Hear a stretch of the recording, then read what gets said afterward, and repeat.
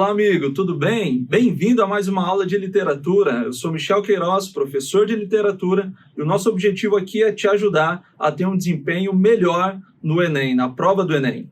A gente já tem trocado algumas ideias sobre literatura e nessa aula em especial a gente vai falar um pouquinho sobre escolas literárias. Você que é um aluno esperto, que já passou pelo ensino médio, já ouviu falar sobre as escolas literárias. E evidentemente que você não vai se confundir achando que as escolas literárias têm a ver com um prédio ou quem sabe um movimento onde as pessoas sentam e aprendem literatura. Nada disso.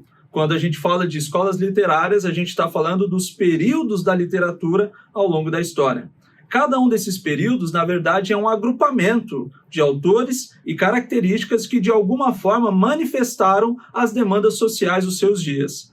Na literatura brasileira, nós consideramos o ciclo ou os períodos das escolas literárias a partir de 1500, que é também a data do nosso descobrimento, do início da nossa colonização. Ou seja, a gente inaugura o período de escolas literárias brasileiras com a escola do quentismo, datada em 1500. Você vai perceber que essa escola vai dominar todo o século XVI e a gente vai ter uma quebra de expectativa dessa escola apenas em 1601, quando começa a escola do Barroco. O que é importante você saber em relação a isso? A escola do quentismo, na verdade, é uma manifestação literária. A gente ainda não tem um sistema organizado com escritores nacionais, escrevendo sobre assuntos nacionais para um público nacional, não. Nós temos uma coroa portuguesa enviando profissionais ali de Portugal para o Brasil e descrevendo o que estavam encontrando no momento do descobrimento e também ao longo desse século XVI.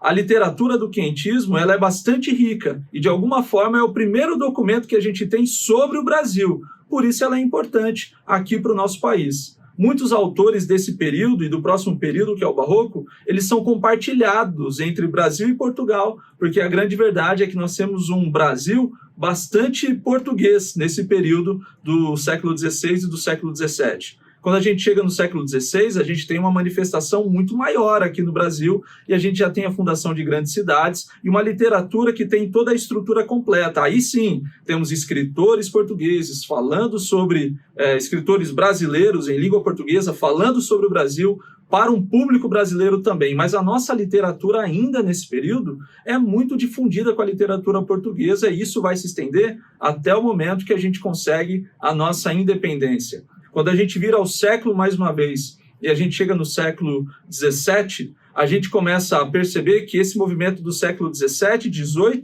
é o momento que a gente tem muitas revoltas em prol da independência. E, enfim, ali no século XVIII, nós temos o arcadismo. E é uma escola bastante confusa na relação entre a política e os ideais gregos também. É um momento que a gente tem na história movimentos de inconfidência, movimentos pró-independência do Brasil, e tudo isso vai atingir a nossa literatura. Quando a gente vira para o século XIX, a gente tem um momento, quem sabe, mais fecundo, ou seja, mais produtivo da nossa literatura nacional.